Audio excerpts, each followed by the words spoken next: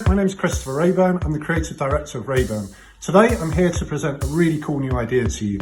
You'll be able to make your own completely unique bucket hat using amazing, authentic, original materials. And we're going to talk you through the process. We'll be using a sewing machine, but don't worry, if you haven't got one at home, we're also going to teach you how to do hand sewing, really cool embellishments, how to really make the bucket hat your own. I'm going to be joined by one of our really talented team members, Maisie, and we're going to talk you through the whole process. You'll be able to download the patterns from Raeburn Design, and then you'll be able to buy individual unique packs from our Depop shop.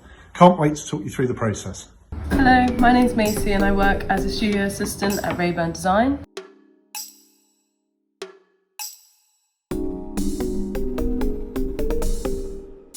Today I'm going to be showing you how to make a reversible bucket hat.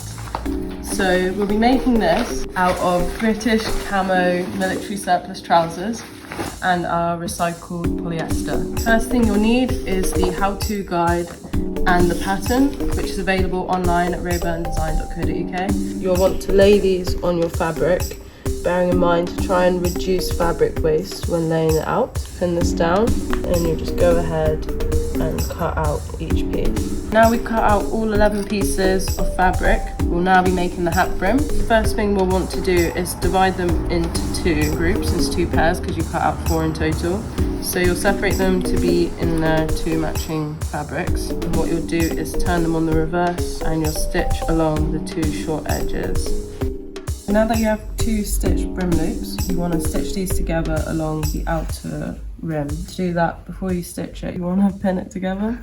So we'll now be doing the top stitching to ensure these 2 pieces are stitched down flat. With your 2 crown pieces, you'll want to stitch the short sides together, but on one side you'll want to leave a small opening in the middle, as you'll use this to turn the hat round at the end. So now we'll be stitching the patch pocket onto the hat, and before doing that you'll want to fold this down once and once over again, and then we're going to go and press this into the iron before stitching it down. Now you'll want to stitch along here to make a neat edge.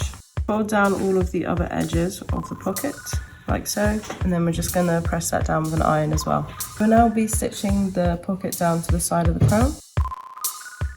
With your other crown pieces, what we want to do is fold this down, which you can see on the paper pattern, and then we're going to press this down with an iron. On the part that you folded down, we'll now be adding grosgrain.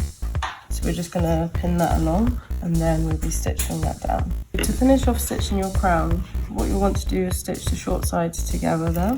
We're just going to pin that down, and then you'll want to fold this over and stitch these 2 bits together as well.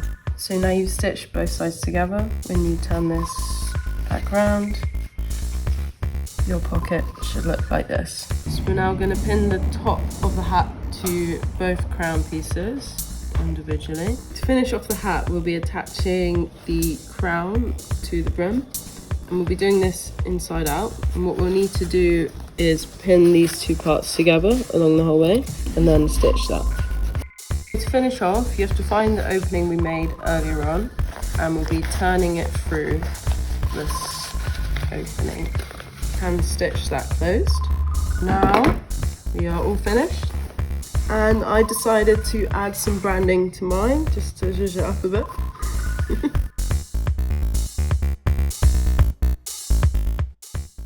So the first hand stitching technique will be the back stitch, which is a very strong one. So you'll first want to go through, go back and